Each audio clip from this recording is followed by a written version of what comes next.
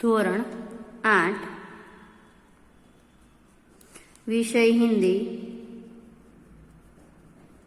ધોરણ 8 વિષય હિન્દી. વ્યાકરણ વિભાગ તેમાં છે લિંગ પરિવર્તન. શું છે? લિંગ પરિવર્તન. ધોરણ 8 ની અંદર વિષય હિન્દી છે, વ્યાકરણ વિભાગની અંદર છે લિંગ પરિવર્તન. ધોરણ 8 વિષય હિન્દી, વ્યાકરણ વિભાગ, ધોરણ લિંગ પરિવર્તન ની અંદર આપણે જોઈએ લિંગ પહચાન. શું છે ટોપિકમાં? લિંગ પહચાન. આપણે કઈ રીતે લિંગ પહેચાની શકીએ અથવા તો ઓળખી શકીએ તેમાં જોઈએ. નિયમ વાઇઝ જોતા જઈએ તો જોઈએ जिस शब्द संख्या से जिस संज्ञा शब्द से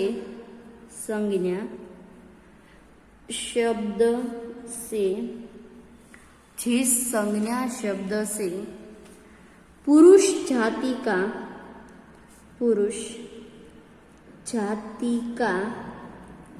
जिस संज्ञा शब्द से पुरुष जाति का बोध हो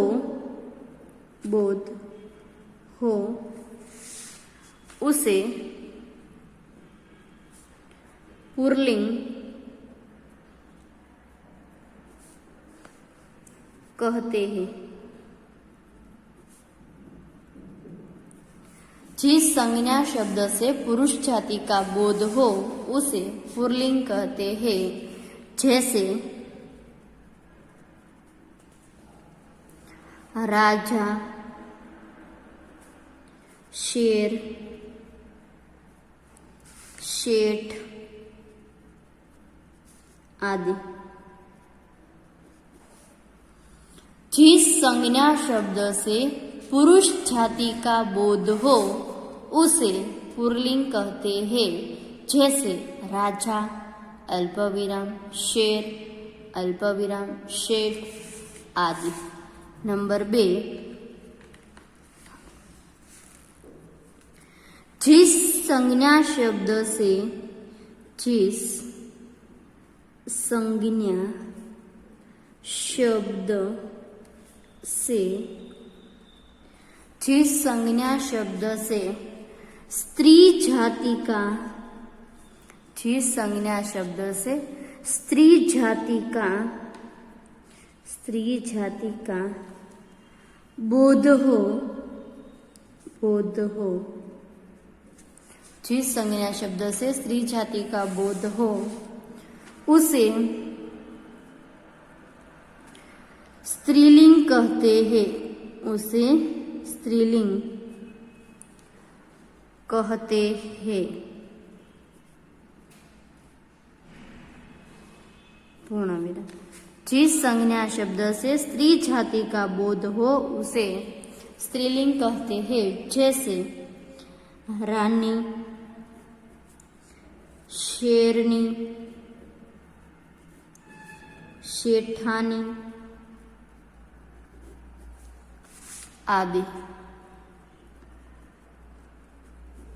जिस संज्ञा शब्द से स्त्री जाति का बोध हो उसे स्त्रीलिंग कहते हैं. जैसे रानी, शेरनी, शेठानी. હવે જોઈએ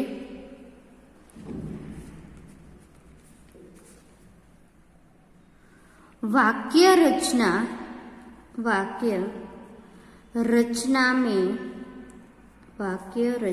में संज्ञा के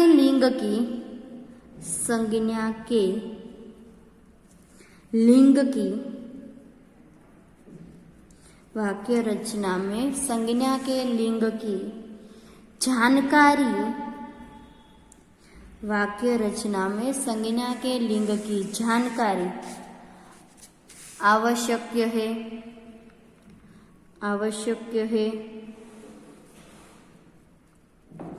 अल्पविराम क्योंकि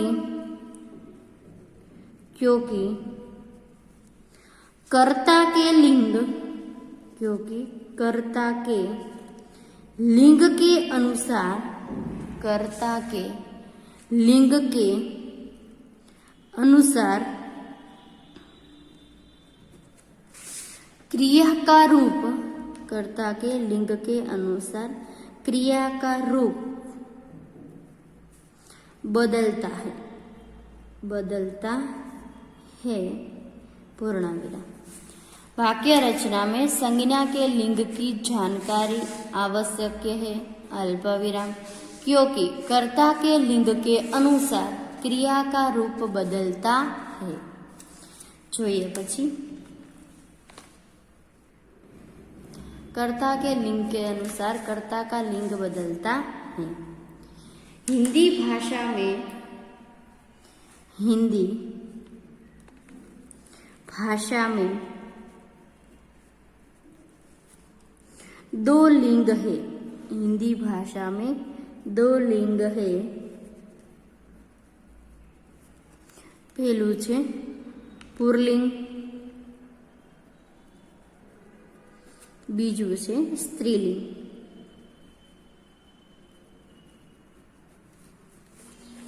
पछी छे निर्जीव, निर्जीव पदार्थों, निर्जीव पदार्थों को भी, निर्जीव पदार्थों को भी इन्हीं, निर्जीव पदार्थों को भी इन्हीं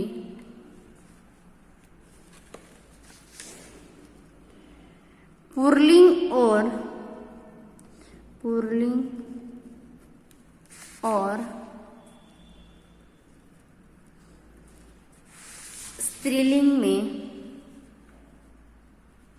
पुरलिंग और स्त्रीलिंग में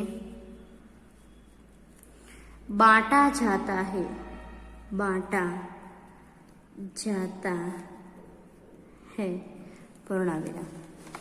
પહેલેથી જોઈએ વિદ્યાર્થી મિત્રો, ધોરણ 8 વિષય હિન્દી વ્યાકરણ વિભાગની અંદર છે લિંગ પરિવર્તન। તેમાં જોઈએ લિંગ पहचान। तो लिंग पहचानની અંદર પહેલું છે કે जिस संज्ञा शब्द से, जिस संज्ञा शब्द से पुरुष जाति का बोध हो, जिस संज्ञा शब्द से पुरुष जाति का बोध हो उसे पुरलिंग कहते हैं, उसे क्या कहते हैं? पुरलिंग कहते हैं। जैसे राजा, शेठ, राजा, शेर, शेठ आदि। नंबर 2, जिस संज्ञा शब्द से स्त्री जाति का, जिस संज्ञा शब्द से स्त्री जाति का बोध हो उसे स्त्रीलिंग कहते हैं। जैसे रानी, शेरनी, शेठानी आदि। હવે જોઈએ વાક્ય રચના। वाक्य रचना में, वाक्य रचना में संज्ञा के लिंग की जानकारी, वाक्य रचना में संज्ञा के लिंग की जानकारी आवश्यक है, अल्पविराम, क्योंकि कर्ता के लिंग के अनुसार, क्योंकि कर्ता के लिंग के अनुसार क्रिया का रूप बदलता है, क्योंकि कर्ता के लिंग के अनुसार क्रिया का रूप बदलता है, पूर्णविराम। हिंदी भाषा में दो लिंग है, हिंदी भाषा में दो लिंग है। पहलू छे पुरलिंग और बीजू छे स्त्रीलिंग। निर्जीव पदार्थों को भी, निर्जीव पदार्थों को भी इन्हीं पुरलिंग और स्त्रीलिंग, इन्हीं पुरलिंग और स्त्रीलिंग में बांटा जाता है। निर्जीव पदार्थों को भी इन्हीं स्त्रीलिंग और पुरलिंग में बांटा जाता है। હવે જોઈએ તેમાં કઈ રીતે કહે છે, તો પહેલું જોઈએ તેમ કે એમાં પહેલું છે કે પર્વત से नदी निकलती है, पर्वत से नदी निकलती है, तो पर्वत छे ते शुं थशे? पुरलिंग। नदी छे ते शुं थशे? स्त्रीलिंग। समझ पड़ी कि निर्जीव पदार्थों को भी पुरलिंग और स्त्रीलिंग में बांटा जाता है। तो पर्वत से नदी निकलती है तो पर्वत छे ये पुरलिंग छे, नदी छे ये स्त्रीलिंग छे। एवी ज रीते बीजू छे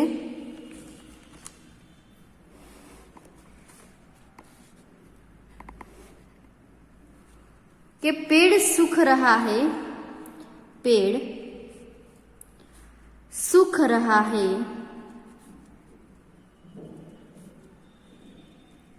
पर लता हरी है।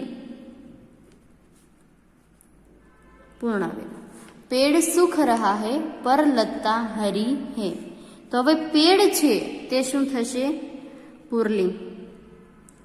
पेड़ छे ए शुं थशे? पुरलिंग। लता छे ए शुं थशे? स्त्रीलिंग।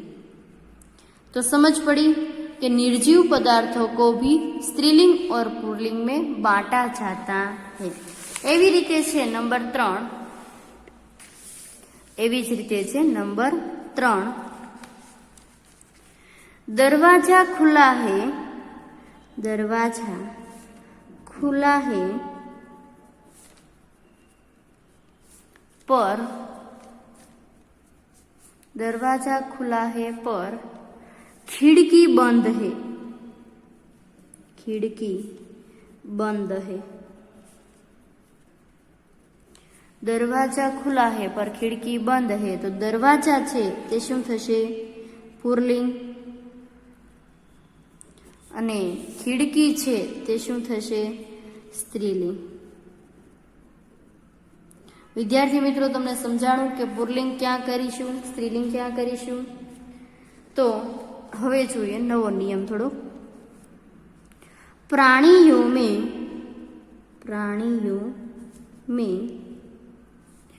पुरलिंग और प्राणियों में पुरलिंग और प्राणियों में पुरलिंग और स्त्रीलिंग, प्राणियों में पुरलिंग और स्त्रीलिंग को पहचानना कठिन नहीं है, कठिन नहीं है। प्राणियों में पुरलिंग और स्त्रीलिंग को पहचानना कठिन नहीं है, लेकिन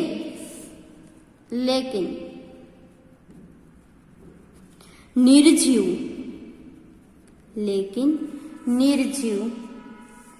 पदार्थों के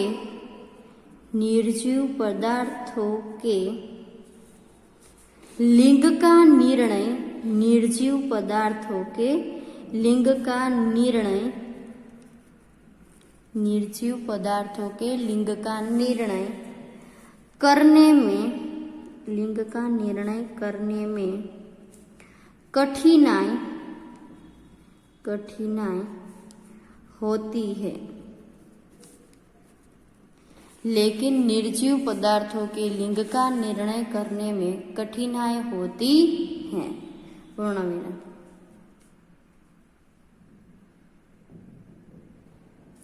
आम तौर पर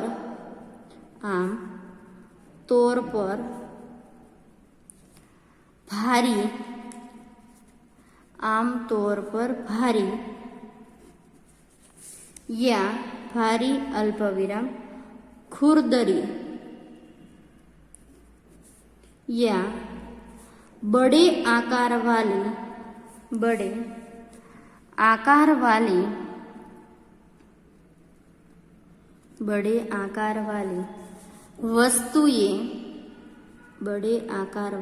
वस्तुएं पुरलिंग होती है। बड़े आकार वाली वस्तुएं पुरलिंग होती है। पूर्णविराम। जैसे पहाड़ अल्पविराम, पेड़ अल्पविराम, मैदान अल्पविराम सागर अल्पविराम महल अल्पविराम जंगल आदि। पहाड़ पेड़ मैदान सागर महल जंगल आदि। हवे जोईए पतली अल्पविराम कोमल अल्पविराम हल्की या कम हल्की या कम वजन वाली हल्की या कम वजन वाली वस्तुएं स्त्रीलिंग होती है। स्त्रीलिंग होती है पूर्णविराम। पतली कोमल हल्की या कम वजन वाली वस्तुएं स्त्रीलिंग होती हैं। જોઈએ આપણે जैसे जैसे सुई लता कलम नदी बांसुरी पुस्तक आदि। सुई लता कलम नदी बांसुरी पुस्तक आदि। तो फरीथी जोईए कि प्राणियों में पुल्लिंग और स्त्रीलिंग को पहचानना कठिन नहीं है, लेकिन निर्जीव पदार्थों के लिंग का निर्णय करने में कठिनाई होती है। आमतौर पर भारी अल्पविराम खुरदरी या बड़े आकार वाली वस्तुएं पुल्लिंग होती हैं पूर्णविराम।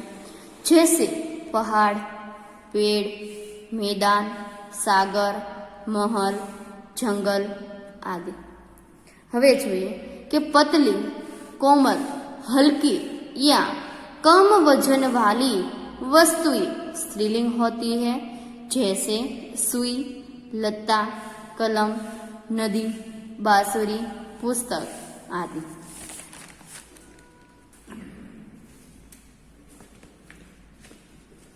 परंतु परंतु परंतु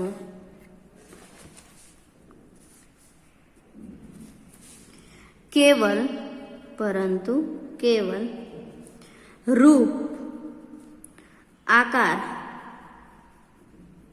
या वजन के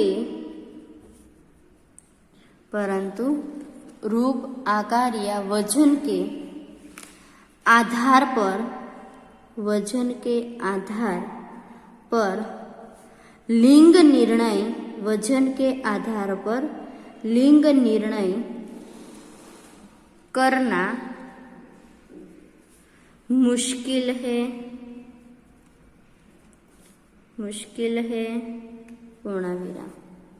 परंतु केवल रूप आकार या वजन के आधार पर लिंग निर्णय करना मुश्किल है। जैसे धागा कागज आदि। धागा कागज आदि हल्की और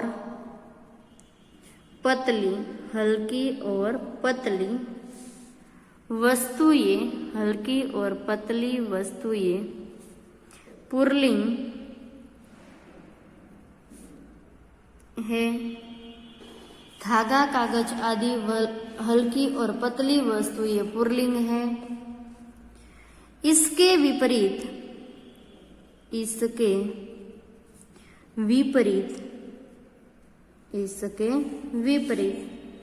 पृथ्वी अल्पविराम नदी अल्पविराम सड़क अल्पविराम रेलगाड़ी। इसके विपरीत पृथ्वी अल्पविराम नदी अल्पविराम सड़क अल्पविराम रेलगाड़ी। आदि वस्तुएं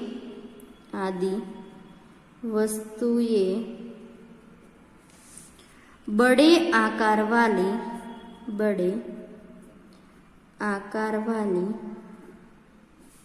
होने पर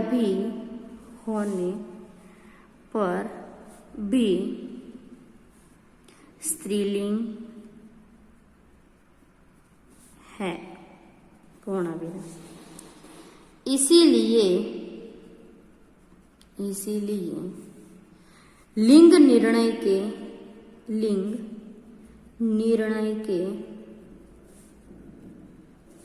लिए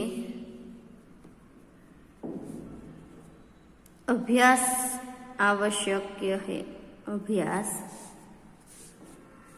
आवश्यक है। पूर्णविराम।